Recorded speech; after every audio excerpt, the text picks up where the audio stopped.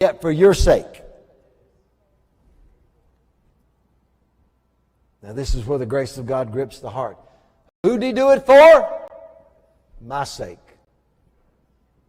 Yet for my sake, He became poor. So what happened? He went in the gritty gravel of the garden. And He laid down His relationship eternally with the Father, and He took up your separation. He laid down His righteousness and took up your sin. Wow.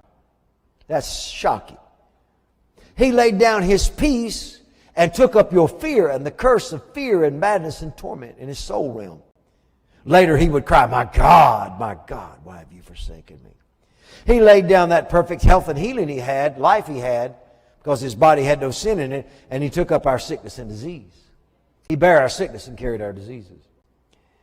He laid down walking in love and subjected Himself to the pain, the torment, and the torture of plucking of the beard, spitting in the face, the lictor's lash, the whipmaster, all that they did to Him, mocking, scourging Him. And He laid down His blessing. They took His robe and gambled it away. And the book of Deuteronomy says poverty in the natural arena, in the financial arena, is hunger, thirst, nakedness and want of all things. On the cross, Jesus was hungry, thirsty, naked, and in want of all things. He became poor on that cross.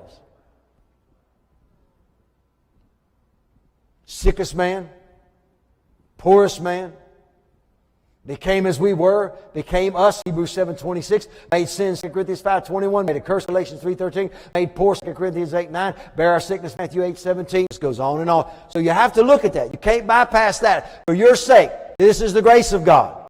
He was rich. Look what He walked in, and in that garden He laid that down and took up what you were. So here's the principle of faith. What He laid down determines what you could take up. And what He took up determines what you could take down. What He laid down determines, He laid down His relationship with the Father. You can pick that up now. You can be a son or daughter of God. He laid down His righteousness. You can pick that up and say, thank God because of Jesus, I'm the righteousness of God in Christ. He laid down that perfect peace so you could take it up and say, thank God I have the mind of Christ, and the peace of God which passes all understanding keeps my heart and mind through Jesus. He laid down that perfect health He walked in. And so you could take up and say, the same Spirit that raised that body from the dead dwells in me, and by His stripes I'm healed, and I'm quickened by the power and the life of God. Wow. Yet for your sakes, He became poor.